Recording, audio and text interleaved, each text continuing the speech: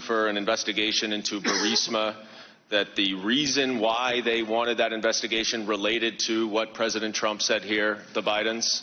It was very apparent to me that that was what Rudy Giuliani intended, yes. Intended to convey that Burisma was linked to the Bidens, and he said this publicly, repeatedly. And Mr. Holmes, you also understood that Burisma was code for Bidens? Yes. Is it credible to you that Mr. Sondland was completely in the dark about this all summer? I mean, you had an argument about it.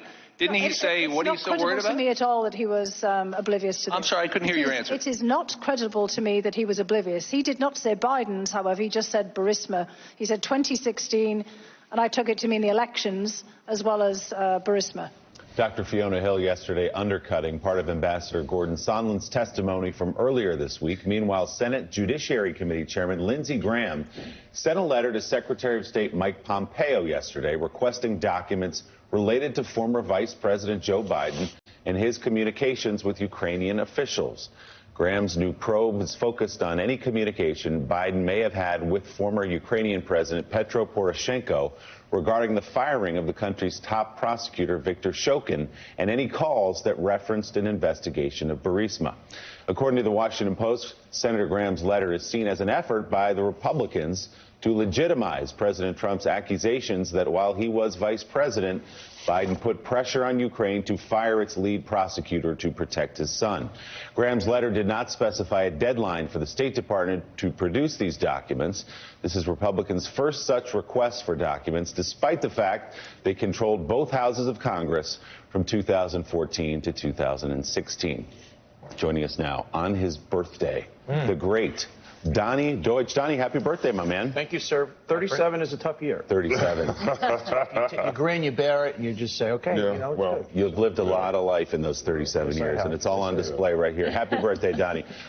Let's go back a couple. I'll let you talk about the testimony yesterday from Dr. Fiona Hill, and particularly that bite there, where she said basically, come on, guys. It defies credibility. Yeah. You know this. Yeah. That the people involved didn't know that Burisma meant Joe Biden, and that President Trump suddenly was interested in the corruption of one specific company, unrelated to Biden. Thoughts on the whole week, and I want to pick up a little bit where Michael Steele was. And does anybody know Bob Loves Abishola? Do you know what that even means? Yeah. Okay. Okay. Interesting enough. Okay. That's a show on CBS.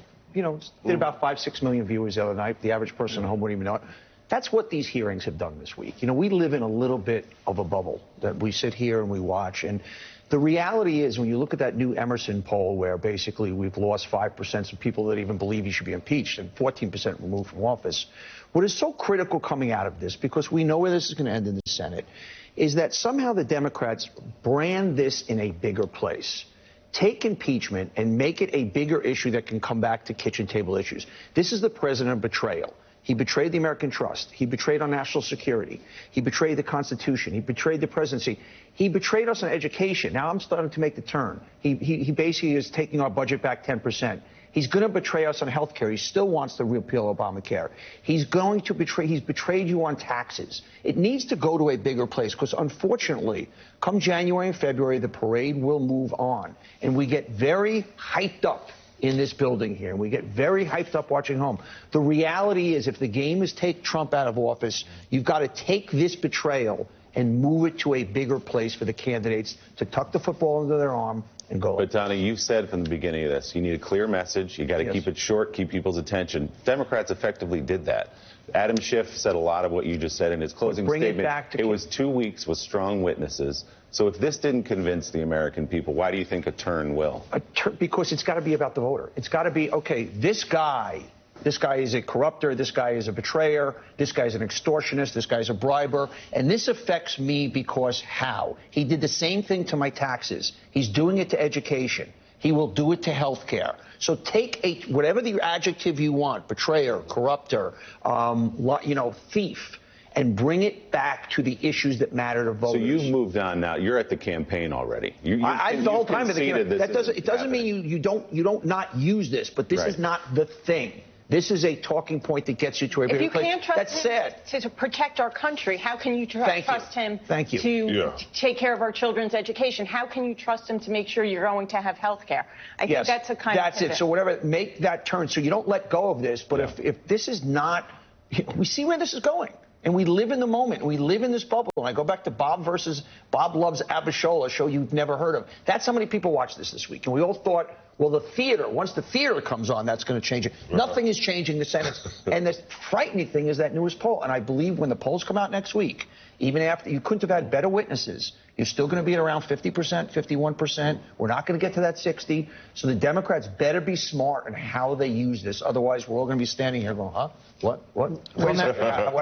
Well, now that the hearings are over, we can all tune in and watch that show for alternative programming. But I think the Democrats are making the argument, though, for something else. It's not just about the campaign. It's not just about the results of next year's election. It's about doing the right thing. It's about constitutional duty. So, Admiral, let me go to you on this. Like, if this doesn't matter, if we all, quote, doesn't matter, if we all know the outcome, if we all know that perhaps the president will be impeached but not removed from office, but isn't there a bigger picture here? Why does it matter to the American people, and why does it matter to the history books? Yeah, I'm going to tie it also to the international world here. Think about that word betrayal. That's what we did to the Kurds in Syria. Think about how this all is impacting the international world, and it weakens us with our opponents. The Russians are taking enormous glee in watching this. In Asia, we're trying to negotiate burden-sharing agreements. Who's going to pay how much for our troops in Korea, our troops in Japan? How can foreign nations feel comfortable, A, on the trust issues, and B, on negotiation and understand even the process? And how are we going to avoid continuing to drag all of these unbelievably important international issues into the morass of the domestic political side of this? I think there's a storyline there that is going to be part of the run-up to the election, granting that foreign policy in the end is not going to drive this one, but it's a supporting argument to what you just laid out. So, Mika, if this plays out the way Donnie and others have suggested it will, the way Michael Steele suggested it will, which is that the president will be impeached in the House along something like a party line vote, and then acquitted in the Senate, that's run obviously by Mitch McConnell and the Republicans. For you, as somebody who works in the foreign policy world, who cares about foreign policy, who's heard all this testimony over the last couple of weeks and read transcripts of the depositions, what will have been the significance of this process for you? I think the failure to impose consequences on the president here for his being able to demand of a foreign country that he see a personal political benefit in exchange for something the other country wants. Other countries take a lesson from this. So the Chinese, in negotiating trade deals with Americans to lift the tariffs that American farmers suffer with.